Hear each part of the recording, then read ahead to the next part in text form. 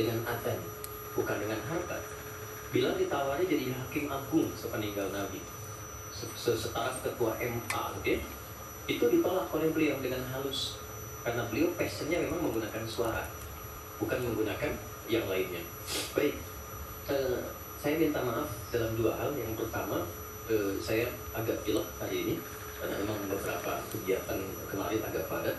Yang kedua, kita akan agak sedikit cepat karena kami ada agenda safar hari ini. Karena itu kita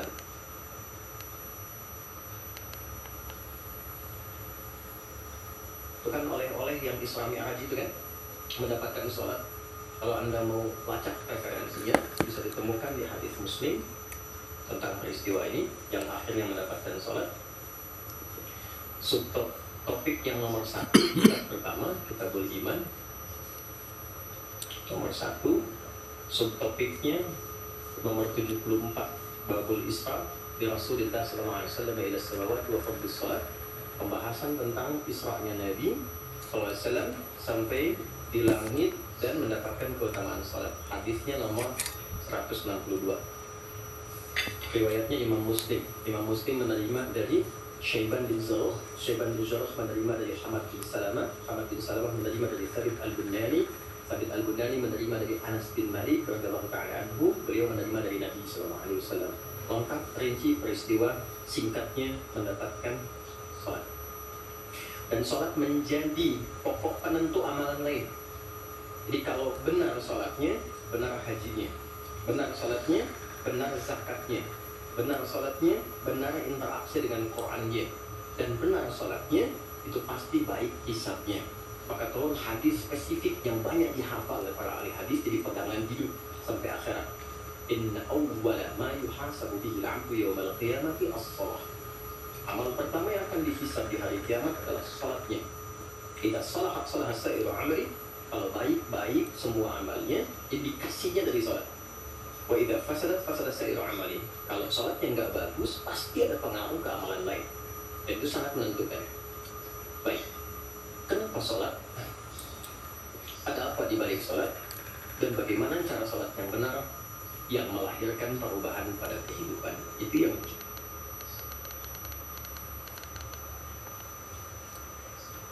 wow, itu ujungnya nanti kembali ke alif. Iya, teman-teman, sholat itu seakar dengan kata silah. Silatun. Seakar verbnya, kata kerjanya dengan kata wassalah. Usul.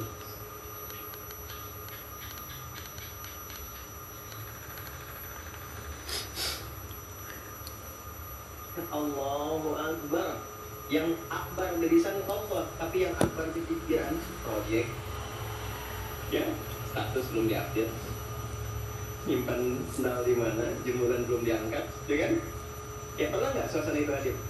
Nah kan, nanti kita akan belajar. Nah, kalau akumulasi semua ingatan itu mengganggu khusyuk kita sehingga kadar khusyuknya kecil dan belum terkoneksi dengan Allah setelah sholat, maka coba zikir sampai nyambung. Idealnya ketika sholat selesai itu punya konektivitas dengan Allah, nyambung, ingat Allah. Qiyaman, baru dia berdiri jalan sudah ingat Allah. Makanya kalau ada orang keluar dari masjid dan dia nyambung dengan Allah, itu mustahil tertukar sendal. Oke? Karena saat dia pakai, dia merasa diawasi Allah. Ya Allah, salah, bukan punya saya. Yang saya itu rupanya dia pakai, padahal dia ke masjid nggak pakai sendal. Ya nggak ada yang salah dengan sholatnya. Oke? Balik ke sini. Maka kalau dia berjalan jalannya baik, kalau dia duduk bekerjanya baik, nggak mungkin masuk, nggak mungkin menyentuh yang salah. Karena saat dia menyentuh, dia merasa dilihat Allah. Itu yang disebut dengan ihsan namanya. Di orang yang punya koneksi dengan Allahnya kuat, itu akan mudah menjalani kehidupan. Anda punya koneksi dengan teman-teman yang punya kedudukan tertentu, aksesnya mudah kan? Anda punya koneksi dengan Allah, apa yang sulit bagi Allah? Masalah dikecilin, bukan nggak dapat masalah. Masalahnya sama, bagi orang lain besar, bagi si fulan kok ringan. Karena sebelum mendapatinya, akses dia ke Allah tinggi, Allah ringankan untuk diterima di hatinya. Dilapangkan hatinya sebelum menerima persoalannya. Jadi ketika menerima persoalan, dia tinggal senyum aja, selesai. Macet, yang lain gelisah. Alhamdulillah macet. Bisa hafalan dulu, bisa baca dulu, bisa mengerjakan yang lain dulu. Ini semua dibaca dengan nyaman karena konektivitas yang tinggi dengan Tuhan. Jadi ternyata ketika diminta menunaikan ibadah sholat, ada hal yang sangat besar yang Allah ingin berikan kepada kita semua. Saya ingin tanya teman-teman, berapa waktu yang Allah mintakan kepada kita untuk menunaikan sholat? Berapa? Tiap hari kita kerjakan 5 kan? 5 kan? Nomor koneksi dengan Allah. Masih ingat nomornya? 24434 klik. Baik. 2 subuh, 4 duhur, 4 asar, 3 maghrib, 4 isya kan? Ayo bikin status. Ya kan? 5 waktu kan? 5 waktu kan? Kenapa 5 waktu? Salah satunya karena di dalam Quran diisyaratkan orang yang benar salat sesuai yang dengan yang diajarkan Nabi, sesuai yang diisyaratkan Quran, akan mendapatkan 5 kemuliaan dalam hidupnya yang tidak didapatkan oleh orang yang tidak sholat. 5 ini, itu yang coba kita akan keluarkan. Itulah sebabnya kenapa sholat sangat ditekankan, kenapa sholat diwajibkan, karena Allah mewajibkan kita mendapatkan semua kebahagiaan dan kesuksesan yang kita ingin raih dalam kehidupan. 5 ini. Yuk kita mulai. 1. Izinkan saya memulai dari sini supaya kita punya motivasi untuk menunaikan sholat. Jadi kalau nggak tahu yang 5 ini, cara pandangnya kepada sholat jadi beban. Baru dia sujud, dasar lagi. Baru maghrib, udah isya lagi. Ya kan? Nah, ayo isya. Tadi kan udah mau maghrib. Kan? Pernah merasakan itu? Karena cara pandangnya menilai sholat sebagai beban. Padahal ketika Allah wajibkan, itu cara mewajibkannya bukan sebagai beban, sebagai motivasi yang mengantarkan pada keindahan. 1, kita cepat. Quran surah ke-20 di ayat yang ke-14. Tafsirnya Quran surah 13 ayat 28. Aku pakai. Kita pakai Quran hadis aja ya, biar nggak bisa didebat. Oke, Quran surah ke-20 ayat 14. Innani anallahu la ilaha illa ana fa'budni wa aqimis salata lidzikri. Sayalah Allah, kata Allah. La ilaha illa ana, gak ada Tuhan yang layak dipertuhankan kecuali saya. Ini kalau kita belajar ngaji tentang tauhid, ya, belajar mengaji tentang dasar keyakinan akidah. Ini ayat yang paling real, yang paling mudah dipahami, yang paling kuat pengakuannya. Saya coba kumpulkan koleksi beberapa kitab-kitab yang disucikan. Saya kumpulkan, nggak ada satupun kecuali di Quran yang tegas mengatakan, Tuhannya langsung mengatakan, tidak mewakili perwakilan. Sayalah Allah, satu-satunya yang dipertuhankan, sembah saya. Coba di Quran. Kita simpan ini dalam bab tauhid. Sekarang kita teruskan. Bagaimana cara menyembahmu ya Allah? Fa'budni wa aqimis sholata lidzikri. Tunaikan sholat, ya, sebagai pembuktian penyembahan kepadaku. Lidzikri, untuk mengoneksikan dirimu denganku. 1, sholat adalah pembuktian sebagai hamba, pembuktian iman. Pelan-pelan. Yang pertama, teman-teman sekalian, ketika Allah menerangkan fungsi salat yang pertama untuk membangun konektivitas yang kuat dengan Allah, itu ternyata dasarnya bukan materi, bukan kedudukan, tapi penghambaan. Supaya engkau membuktikan diri engkau itu hambaku, sembahku, lewat salat. Jadi kalau ada orang yang mengatakan Tuhanmu siapa? Allah, tapi dia nggak mau sholat, itu kata Nabi belum sempurna kebertuhanannya kepada Allah. Ya, al-farqu bainal mu'min wal kafir tarku sholat, kata Nabi. Perbedaan orang yang mengaku beriman dengan yang belum beriman dilihat dari sholatnya. Jadi kalau dia sudah menunaikan sholat, itu pembuktian keimanannya kepada Allah, ketertuhanannya. Jadi kalau ada orang mengaku muslim, dia belum menunaikan sholat, maka dipertanyakan keimanannya. Karena itulah kemudian kata sholat disebut juga di Al-Quran dengan kata iman. Buka Quran surah kedua, ayat 143, lihat di pertengahan. وَمَا كَانَ اللَّهُ لِيُضِيعَ إِيمَانَكُمْ. Jika ada hamba siapapun menunaikan sholat, aku nggak akan sia-siakan sholat yang dilakukan dengan imannya itu. Maksudnya apa? Akan dibalas, diberikan perhatian sesuai dengan kadar sholatnya. Disebut dengan iman. Dan yang paling dahsyat, ketika seseorang sholat menghamba, kan gerakannya ruku, sujud, menghamba kan? Maka naik statusnya dari sekedar manusia biasa menjadi abdul. Di rahasia besarnya. Perintahnya fa'budni yang kita baca iyyaka na'budu, asal katanya dari kata abada, orang yang abdul, namanya ibad. Dan tidak pernah disebutkan dalam Quran kata abdul kecuali untuk mengangkat derajat hamba di hadapan Allah.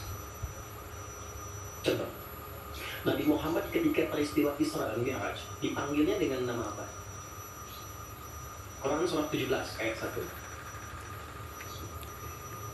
Subhanalladzi asra bi 'abdihi. Tidak disebut nabi, tidak disebut rasul, tapi abdul. Nabi Sulaiman ketika diberikan kekuasaan besar, punya kedudukan yang hebat sampai menundukkan awan. Ya, sebelum Songgohan punya awan kinton, Nabi Sulaiman sudah punya duluan. Susuka ya Nabi tahun 96 kan, bikin komiknya. Saya nggak tahu baca itu atau tonton, tapi saya tahu. Itu awan ditundukkan, angin bolak-balik. Ketika mendapatkan kedudukan itu, sifat yang disebutkan abdul, bukan nabi, bukan rasul. Quran surah 38 ayat 30. Wa wahabna li Dawud Sulaiman ni'mal abdu. Oke, Nabi Zakaria alaihissalam ketika akan diangkat statusnya dari suami menjadi ayah dan sudah berharap tinggi, dikabulkan, naik status, diberikan anugerah, disebutnya dengan abdul. Quran surah 19 ayat yang kedua. Dzikra rahmati rabbika abdahu Zakaria.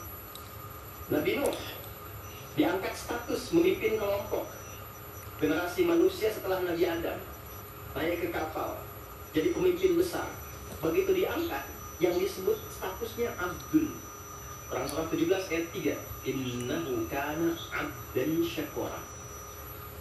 Kenapa disebutkan abdul? Abdul itu sifat penghambaan. Semakin tinggi ibadahnya, semakin tinggi pendekatannya ke Allah, semakin diangkat. Jadi dengan Allah itu, karena Allah Khalik, kita makhluk. Laisa kamitslihi syai', nggak sama sifatnya. Jadi kalau ke Allah itu jangan terlalu mengangkat. Kalau tinggi direndahkan, kalau rendah ditinggikan. Karena itu kenapa saat sholat kita merendah supaya ditinggikan. Itu poinnya. Jelas ya?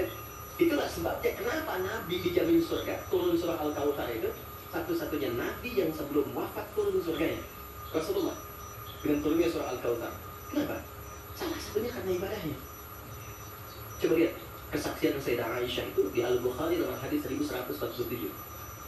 Kedatangan tabi'in namanya Abu Salamah bin Abdurrahman, tanya bagaimana sholat malamnya Nabi. Kata Sayyidah Aisyah, jangan ditanya panjang dan khusyuknya, panjang dan bagusnya. Beliau memang sholatnya 4 rakaat di awal, tapi jangan tanya panjang dan bagusnya. Beberapa sahabat dulu pernah pengen tahu, penasaran, diikuti sholat di belakang Nabi. Ternyata rakaat pertamanya dikira Al-Baqarah 100 ayat akan ruku. Ternyata disambungkan ke 286 ayat sampai selesai. Dikira setelah selesai akan ruku. Ternyata Alif Lam Mim lagi, Ali Imran sampai selesai 200 ayat. Dikira ternyata setelah La'alakum Tuflihun 200 ayat Ali Imran akan ruku, nyambung An-Nisa 176 ayat. Baru kemudian ruku setelah 5 juz 4 halaman. Ruku. Besoknya orang-orang ini gak ikutan lagi. Ya udah. Lain memang levelnya. Salam. Tersentuh kaki Nabi itu dengan tangan Sayyidah Aisyah. Menunjukkan sederhana kehidupannya. Bayangkan kan, suami sholat, istri tidur, nyentuh bagian kaki. Kira-kira tidurnya alasnya di mana tuh? Lebih besar loh, ahli surga, hebat, pemimpin besar, kehidupan demikian. Tapi kalau sedang beramal kaya, sodakoh kaya, sholat kaya, kakinya bengkak. Kata Sayyidah Aisyah, kenapa begini ya Rasulullah? Alam takun mal'unah, alam takun ma'sumah. Engkau kan dijamin surga, surahnya sudah turun. Engkau dijaga dari kesalahan maksum. Jawabannya ringan sekali. Afala akunu 'abdan syakura 'abdun. Apa nggak boleh aku menjadi hamba yang bersyukur? Ternyata syukur itu kalau dulu para nabi itu pakai ibadah. Jadi kalau dapat nikmat nih, teman-teman, ini rahasia ini ya. Di antara kita saja ya. Karena saya nggak bagi yang lain ya, cuma di sini nih. Ya. Para nabi itu, kalau mereka dapat nikmat apapun, itu yang dilakukan syukur. Dan syukurnya lewat ibadah. Contoh, biasa kan suka hadir ulang tahun ya, masuk ulang tahun sekian kesekian, Nabi tiba-tiba hari Senin puasa. Ditanya oleh sahabat, ya Rasulullah kenapa puasa? Kata Nabi, ini hari lahirku.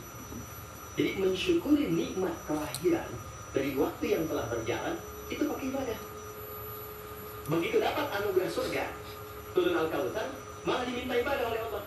Inna a'tainakal. Setelah itu apa? Fasolli li rabbika.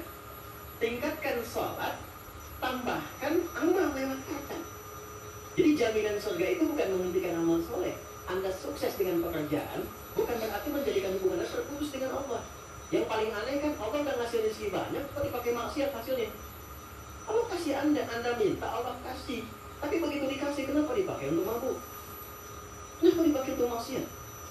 Kenapa dipakai untuk membeli sesuatu yang Allah nggak sukai? Karena ada perjuangan mendapatkan itu. Makanya dibalik caranya, ketika Anda menghamba, menunduk, Allah mengangkat. Tapi kalau Anda mengangkat, Allah turunkan serendah-rendahnya. Ini rumus pertama. Jadi ternyata ketika kita diminta menghamba dalam sholat, itu adalah jembatan pertama bagi Allah untuk mengangkat kita dengan derajat tertinggi. Paham? Oke, satu. Jadi kalau ke anak-anak begini kalau tanya, Mah kenapa sih harus sholat? Supaya kamu jadi hebat. Gitu. Kok bisa? Lihat Umar.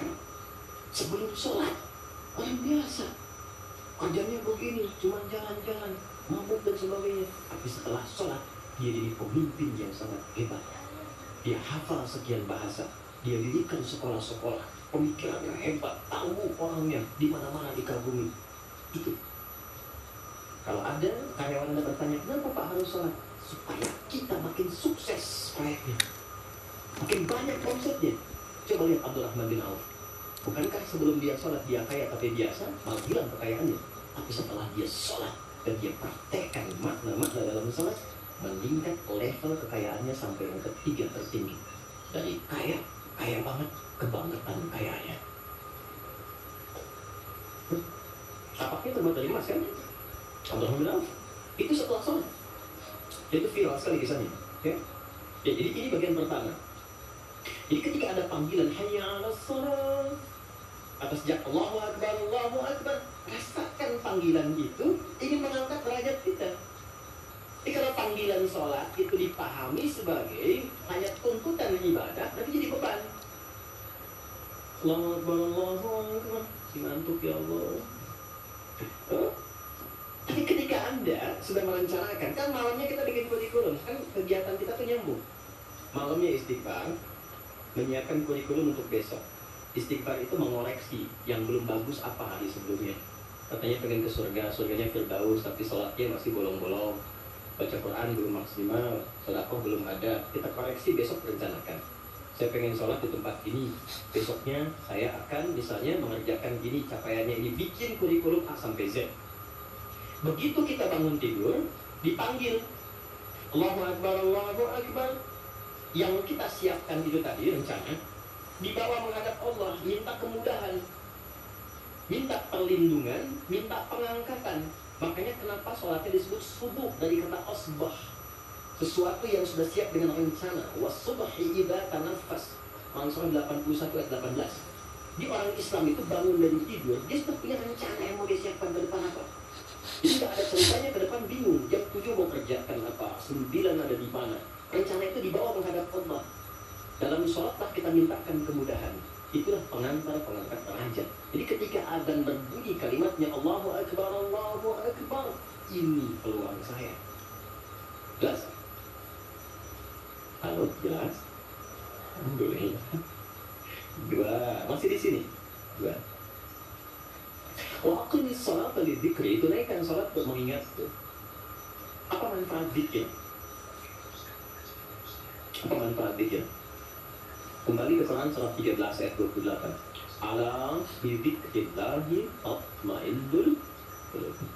Yakin ala itu harful ikhbar wa taukid. Huruf yang berfungsi menginformasikan dan menegaskan. Kata Allah, yakinkan pada jiwamu. Semakin banyak engkau berzikir, dampaknya semakin tenang hatimu. Jadi kalau sedang gelisah, zikir bukan update status. Enggak ya? Karena mengupdate status, mencurahkan pada media sosial tidak menghilangkan kegelisahan dan tidak menyelesaikan masalah. Bintaro macet ya. Apa dengan dibuat macet selesai? Tidak. Nggak nyangka ya dia seperti itu. Nyangka.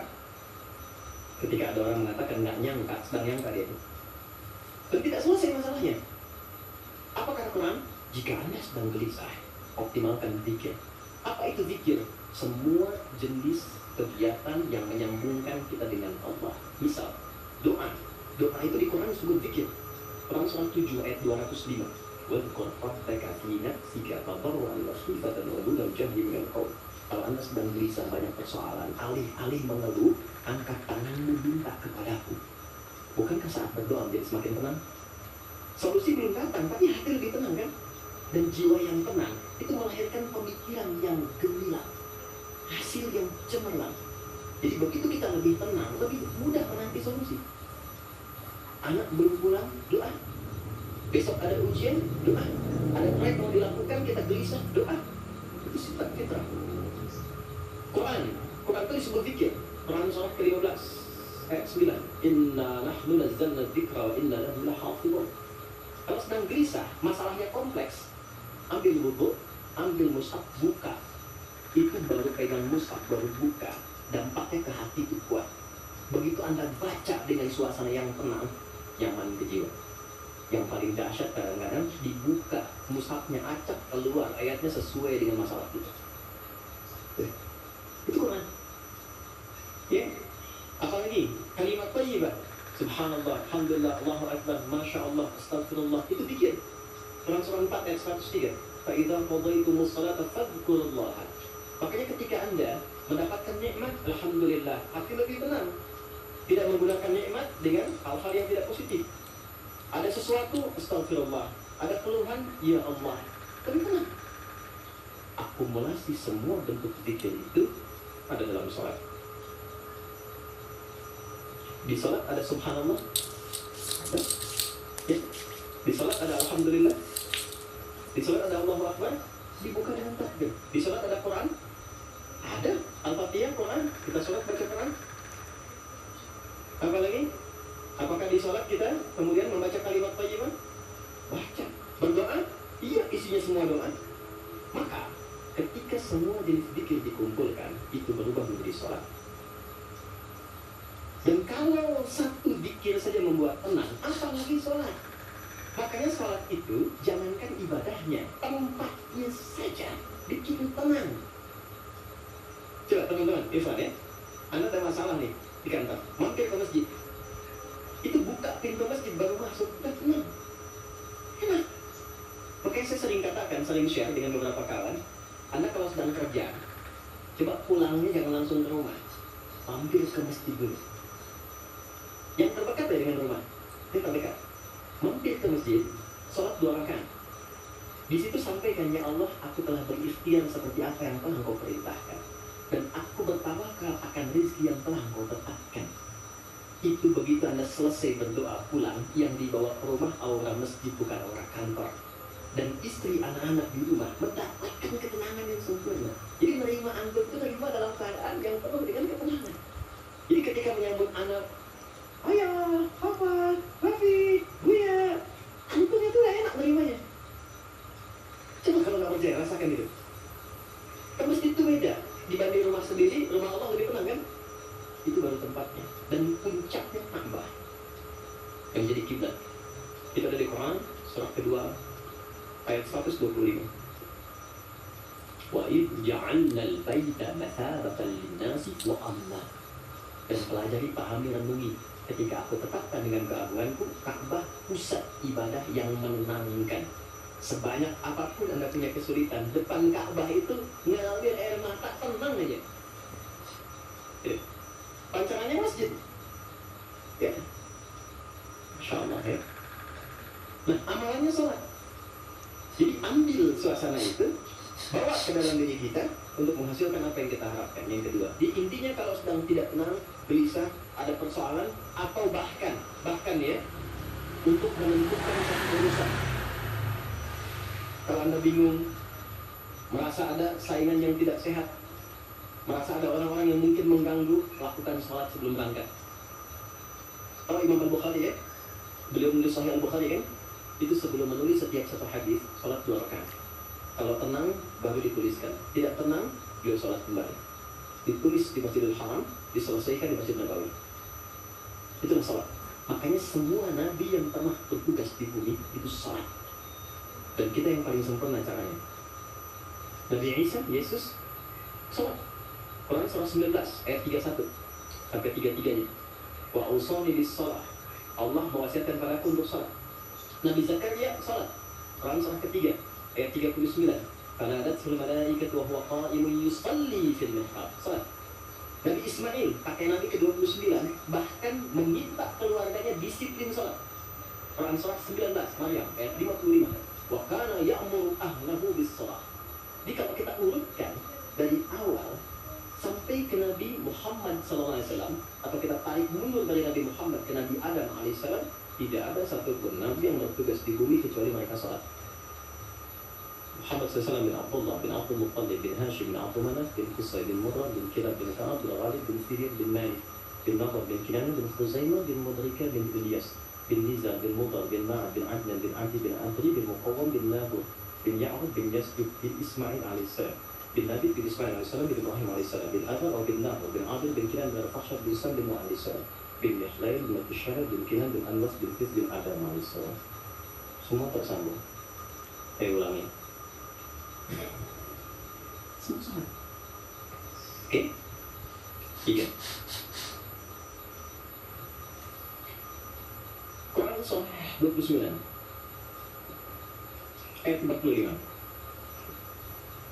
Salat bila dikerjakan dengan benar akan merubah pelakunya menjadi lebih baik. Secara singkatnya, salat mendidik kita menjadi pribadi yang baik. Nah, sumber keburukan itu yang menjadi lawan dari baik itu ada 2. Jadi kalau ada orang yang tidak baik, anak yang kurang baik, ayah yang kurang baik, ibu yang kurang baik, itu artinya ada satu dari 2 ini yang melekat pada dirinya. Satu disebut dengan fahsya.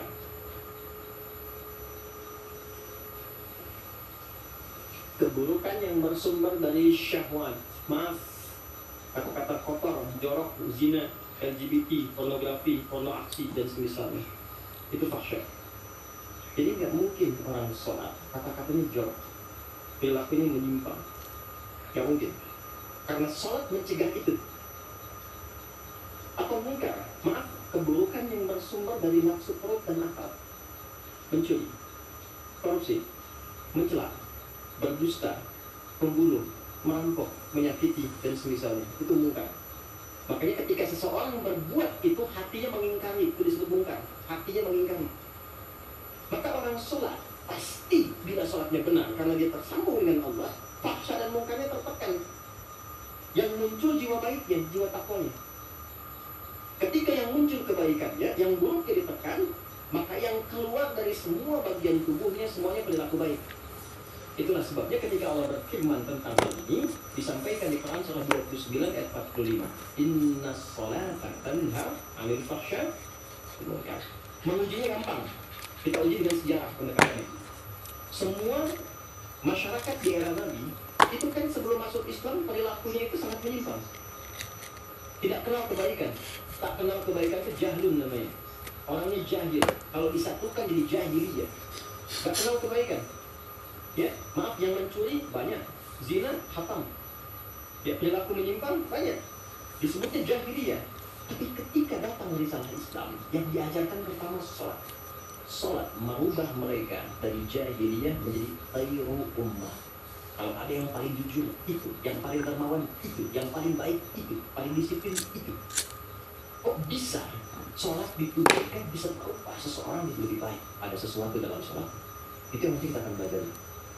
Itulah sebabnya kenapa anak-anak dari kecil usia 7 tahun khususnya yang diajarkan sholat. Masih ingat hadisnya? Ya, saat anak berusia 7 tahun ajarkan sholat. 10 tahun dia masih malas beri pelajaran yang membuat dia mengerti. Bukan berarti harus memukul ya. Kalau di Arab adatnya begitu, itu biasa. Doroma itu memberi pelajaran maksudnya. Kurangi uang jajannya, berikan pelajaran yang baik kepada dia supaya mengerti kenapa mesti sholat.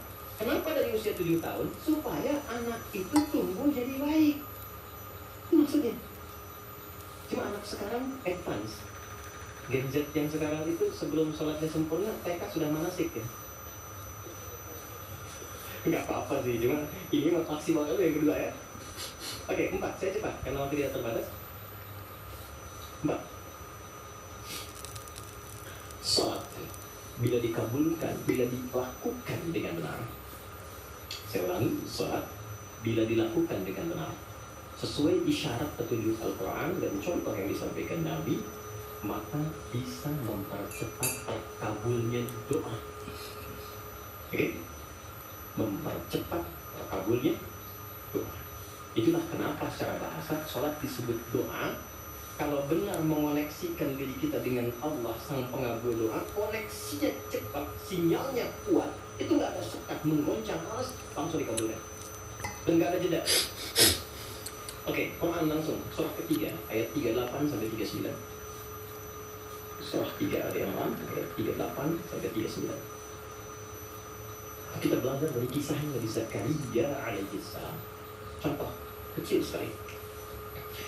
Secara singkat sudah berumah tangga, sudah sekian lama, rambut sudah memutih, fisiknya sudah letih. Itu dilukiskan di surah Maryam nanti ayat 1 sampai 9 kita dapati. Istri divonis secara medis, nggak mungkin punya keturunan. Secara medis kan, sudah menopause dan maaf mandul. Secara medis nggak boleh, secara klinis nggak mungkin. Tapi ini yang paling hebat. Jika manusia, catat ini baik-baik ya, jika manusia sudah menyimpulkan nggak bisa, itu tanda langsung dari Allah supaya menengadahkan permohonan langsung kepada Allah tanpa campur tangan makhluk. Karena Allah ingin mengabulkan apa yang Anda minta secara langsung, bukan lewat campur tangan makhluk. Baca itu. Dan pahami untuk tidak putus ikhtiar. Jadi kalau rahmat Allah itu jangan dibawa dengan putus asa. La taqnatu min rahmatillah. Jangan pernah putus asa. Jangan ada bahasa begini yang nggak mungkin, yang nggak bisa. Jangan diambil. Begitu orang mengatakan nggak mungkin, itu tanda dari Allah. Allah ingin memberikan langsung tanpa campur tangan manusia. Maka apa yang dilakukan Nabi Zakaria? Beliau kemudian sholat di mihrabnya Maryam. Ini saya sedikit bahas tentang mihrab, sedikit saja. Quran surah 3 dulu. Di ayat 37, di paling kiri sebelah bawah pojok di mushaf sana.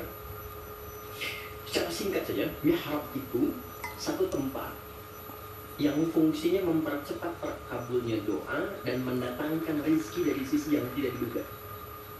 Awas, kita bicara keimanan ya, dan di situ dipertaruhkan. Mihrab ini tidak harus lebar dan luas. Sehamparan sejadah nggak ada masalah. Yang penting kita gunakan untuk ibadah saja. Di luar ibadah keluar. Itulah kenapa tempat imam disebut mihrab. Kenapa? Karena imam mewakili makmum untuk memohon kepada Allah dalam sholat berdoa. Makanya kualifikasi imam mesti khusus, bukan imam biasa. Baik. Kemudian tidak harus di masjid, di rumah boleh dibikin. Maryam pernah dibuatkan mihrab. Saat beliau mengkhususkan diri ibadah, di situ apa yang terjadi? فَتَقَبَّلَهَا رَبُّهَا بِقَبُولٍ حَسَنٍ وَأَنبَتَهَا نَبَاتًا حَسَنًا وَكَفَّاهَا زَكَرِيَّا كُلَّمَا دَخَلَ عَلَيْهَا زَكَرِيَّا الْمِحْرَابَ وَجَدَ عِندَهَا رِزْقًا قَالَ Qila ya Maryam anna laki hadha? Qalat huwa min 'indillah. Inna Allaha yarzuqu man yasha' bighairi hisab. Ini poinnya. Setiap Nabi Zakaria mengantarkan kebutuhan Maryam, pakaiannya, makanannya, kebutuhannya, itu sudah ada. Dan ingat, status Nabi Zakaria itu Nabi loh. Beliau tahu itu pasti dari Allah. Tapi ingin dikonfirmasi apakah pendidikan beliau selama ini sudah meresap pada jiwanya atau belum. Ditanya, Maryam dari mana semua ini? Maka beliau jawab, Maryam jawab, huwa min indillah. Paman, ini semua dari Allah. Oke? Allah memberikan apapun yang dia kehendaki tanpa batas pada siapa yang diingini. Maka ini dibaca oleh Nabi Zakaria. Mayyasha itu. Jadi kalau ada di Quran diksi Mayyasha, jangan simpulkan ini untuk dia saja. Maksudnya, jadi seperti dia, maka Allah akan berikan seperti Allah berikan kepada dia. Maka Nabi Zakaria kemudian sholat di mihrabnya Maryam itu. Minta sesuatu yang selama ini kata orang terbatas. Apa yang dilakukan? Sholat. Dalam sholatnya minta. Perhatikan cara mintanya. Satu, menyebut nama Allah sesuai kebutuhan. Jadi Allah bentangkan semua nama terkait semua kebutuhan kita. Anda butuh rezeki, sebut Ya Razak. Anda butuh ilmu, sebut Ya Alim. Ya? Anda butuh ketahanan mental diri, sebut Ya Sobat. 99 tersebar. Itu rumusnya di Quran surah ke-17 ayat 110. Quran surah 17 Al-Isra ayat 110. Qulid'ullaha awid'ur rahman ayyamma tada'un falahul asma'ul husna. Kalau Anda punya persoalan, segera curhatkan kepada Allah, minta berdoa. Sebut Ya Allah yang standar, atau Ya Rahman naik sedikit, atau pilih nama yang sesuai kebutuhan kita. Jadi nggak harus semua disebut, takutnya nggak butuh dikasih. Ya Allah ya Sabar, nggak pengen punya masalah, turun masalah kan? Nah, Nabi Zakaria divonis ada keterbatasan, nggak mungkin diberi. Maka beliau meminta dengan nama Allah yang memberi tanpa batas. Dalam bahasa Arab disebut dengan Wahhab, pemberi tanpa batas. Kalau dialihkan jadi bentuk permintaan, fi'il amri lit-talab, bukan perintah di sini tapi untuk meminta, maka rubah kalimat jadi hab. Kalau untuk pribadi, habli. Untuk komunal banyakkan hablana. Karena ini kasusnya pribadi, maka di ayat 38 beliau meminta, hunalika di mihrabnya Maryam da'a Zakaria rabbah. Berdoalah Nabi Zakaria kepada Allah. Perhatikan, qala rabbi habli min ladunka dzurriyyatan thayyibah innaka sami'ud du'a. Ini fikih doa yang penting dipelajari. Ya Allah, ini kalau terjemah bebasnya begini,